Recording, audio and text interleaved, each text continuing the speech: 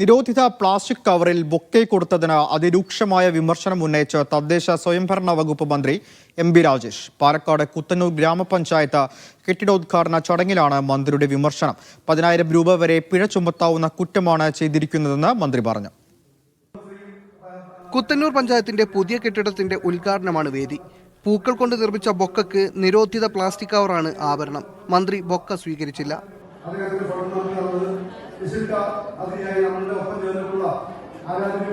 തുടർന്ന് പഞ്ചായത്തിനെ രൂക്ഷമായി വിമർശിച്ചു. പിഴ ഈടാക്കേണ്ട പഞ്ചായത്ത് തന്നെ നിയമം ലംഘിച്ചെന്ന് മന്ത്രി പറഞ്ഞു. നിരോധിച്ച പ്ലാസ്റ്റിക് ഉപയോഗിച്ചതിന് 10,000 രൂപ പിഴയിടാം. ഈ നിരോധനം നടപ്പാക്കേണ്ട വകുപ്പാണ് തദ്ദേശ സ്വയംഭരണ വകുപ്പ്.